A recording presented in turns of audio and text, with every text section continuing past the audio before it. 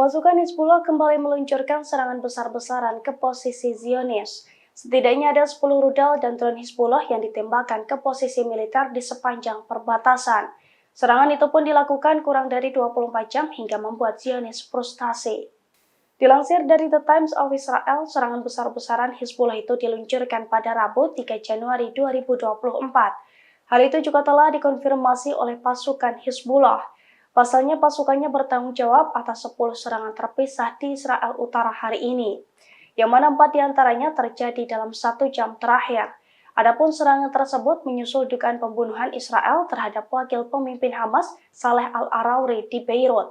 Dalam pernyataannya, Hizbullah mengklaim telah meluncurkan rudal dan drone ke posisi militer di sepanjang perbatasan. Namun dalam beberapa serangan, proyektil menghantam komunitas Israel di Israel Utara. Meski demikian, militer Zionis belum memberikan keterangan soal serangan tersebut.